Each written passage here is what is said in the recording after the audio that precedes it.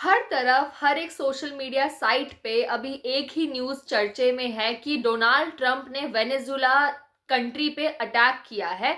Venezuela के location की बात करें तो ये साउथ अमेरिका के नॉर्दर्न पार्ट में सिचुएटेड है और इसका जो कैपिटल है वो है कैराकास। अब सवाल इधर ये उठता है कि आखिर क्यों अमेरिका ने वेनेजुला जैसी कंट्री पर अटैक किया, और अटैक ही नहीं किया, उनके जो प्रेसिडेंट थे, वेनेजुला के जो प्रेसिडेंट थे, उनको उनकी वाइफ के साथ कैप्चर भी कर लिया अमेरिका ने। आज की वीडियो में हम बात करेंगे कि वेनेजुला को आखिर कैप्चर क्यों किया गया, जो अमेरिका है वो क्या रीजंस दे रहा है जस्टिफिकेशन के तौर पे, और एक्चुअल में जो रीजंस हैं वो क्या है अमेरिका का वेनेजुला पे अटैक करने का। अमेरिका ने जो भी अटैक किया वेनेजुला पे और वहां के जो प्रेसिडेंट है उनको उनकी वाइफ के साथ कैप्चर कर लिया, इस पूरे ऑपरेशन को अमेरिका ने नाम दिया ऑपरेशन एब्सोल्यूट रिजॉल्व। 2 जनवरी और 3 जनवरी को वेनेजुला के कैपिटल में कैराकास में बहुत ज्यादा तेज एक्सप्लोजन सुनाई देते हैं वहां के लोगों को।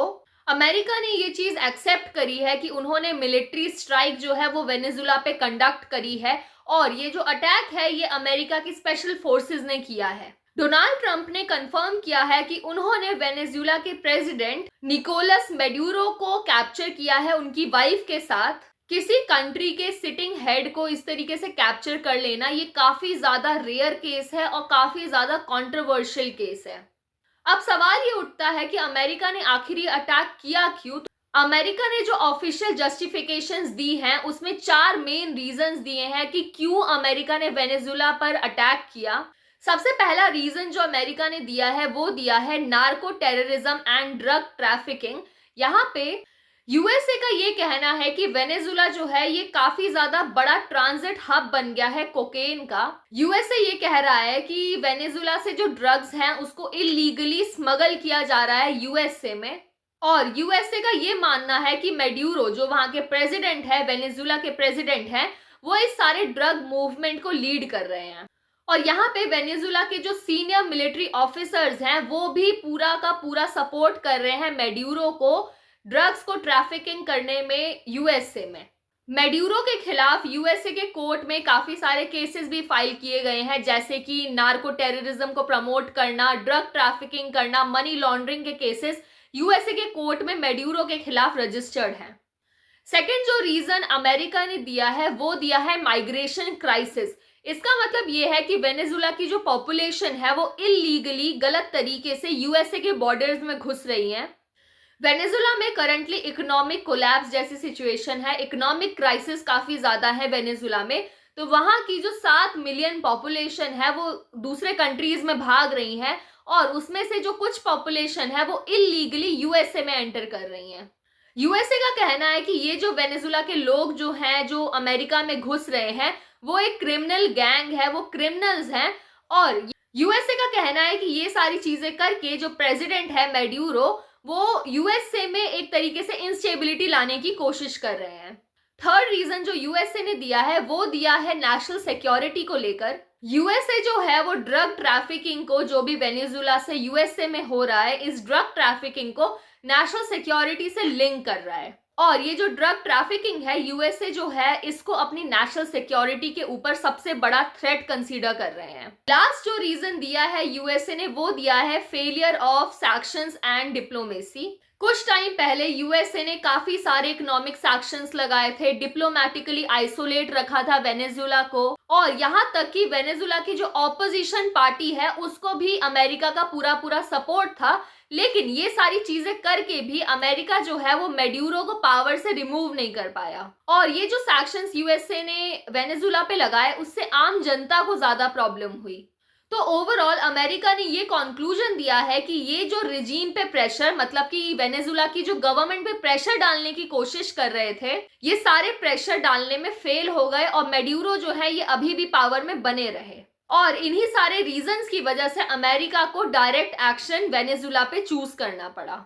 ये जितने भी रीजंस थे ये सारे के सारे अमेरिका ने दिए हैं, डोनाल्ड ट्रंप ने दिए हैं, लेकिन हमें ये जानना ज्यादा जरूरी है कि एक्चुअली में मेन रीजन क्या है डोनाल्ड ट्रंप का वेनेजुला पे अटैक करने का।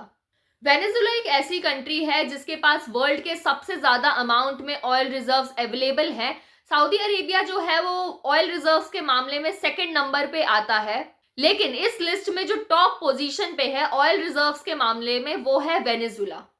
अब इस वेनेजुला के ऑयल रिजर्व्स पे अगर अमेरिका अपना कंट्रोल स्टैब्लिश करे तो आप इमेजिन भी नहीं कर सकते अमेरिका को कितने ज्यादा अमाउंट में प्रॉफिट होगा।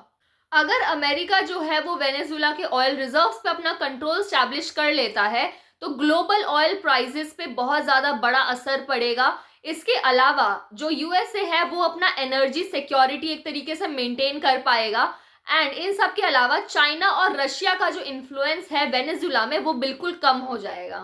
दूसरा रीजन जो है, जो एक्चुअली में जेन्युइन रीजन हो सकता है कि यूएसए ने क्यों वेनेजुला पे अटैक किया, तो वो रीजन है जियोपॉलिटिकल अलाइनमेंट। इसका मतलब ये है कि अगर आप देखो तो मैड्यूरो जो है इनकी दोस्ती उन सारे देशों से है, उन सारे लीडर्स से है जिससे यूएसए की बिल्कुल नहीं बनती, जो कि यूएसए के कट्टर दुश्मन है। रशिया जो है वो वेनेजुला को मिलिट्री और इंटेलिजेंस सपोर्ट देता है।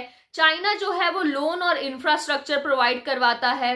ईरान वेनेजुला को ऐसे नेटवर्क्स प्रोवाइड करवाता है कि सैंक्शंस को कैसे इवेड किया जा सकता है। और इन सारी कंट्रीज के अलावा क्यूबा जो है वो इंटेलिजेंस और इंटरनल सिक्योरिटी प्रोवाइड कराता है वेनेजुला को। तो ओवरऑल मतलब वेनेजुला जो है वो एक तरीके से स्ट्रैटेजिक आउटपोस्ट बन गया है यूएसए के राइवल्स के लिए।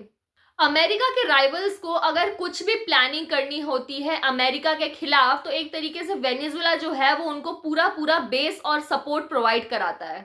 तो अब ऑब्वियस सी बात है, ट्रम्प जो है वो कभी नहीं चाहेंगे कि वेनेजुला ये सारी चीजें करे, और ये भी रीजन है कि वेनेजुला जो है वो काफी ज्यादा क्लोज है, मतलब डिस्टेंस में अगर आप देखोगे तो वेनेजुला जो है अमेरिका के काफी पास में है। अब सवाल ये उठता है कि अमेरिका ने मैड्यूरो को क्यों कैप्चर किया है। अगर आपको वेनेजुला को थोड़ा सा डराना ही था या जो भी करना था तो नॉर्मल आप स्ट्राइक करते, बॉम्बिंग करते और चले आते, लेकिन यहाँ पे यूएसए ने ये बात क्लियर कर दी है कि this is not an act of war. वो किसी भी तरीके का कोई लड़ाई या वॉर नहीं लड़ना चाहते वेनेजुला के साथ। अमेरिका जो है वो ये जस्टिफिकेशन दे रहा है कि वो सिर्फ लीडरशिप को हटाना चाहते हैं, लीडरशिप को चेंज करना चाहते हैं वेनेजुला में, इसलिए उन्होंने मैड्यूरो को कैप्चर किया है। अमेरिका के अकॉर्डिंग उन्होंने एक बहुत बड़े क्रिमिनल को अरेस्ट किया है और उन्होंने इंटरनेशनल कंट्री में जाकर लॉ को एनफोर्स किया है। वेनेजुएलन जो प्रेसिडेंट है उनको तो रिमूव कर दिया गया है, उनको कैप्चर कर लिया गया है। तो अब यहाँ पे क्वेश्चन ये है कि वेनेजुला को आखिर रन कौन करेगा।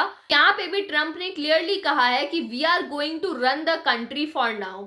अब जो अमेरिका है वो टेम्पररी बेसिस पे वेनेजुला पे रूल करेगा, वेनेजुला को कंट्रोल करेगा, और जैसे ही नई गवर्नमेंट का फॉर्मेशन हो जाएगा वेनेजुला में तो पूरा वेनेजुला जो है उस नई गवर्नमेंट को, नई सरकार को ट्रांसफर कर दिया जाएगा। लेकिन जो भी अमेरिका ने किया वेनेजुला के साथ, क्या ये इंटरनेशनल लॉ में लीगल है?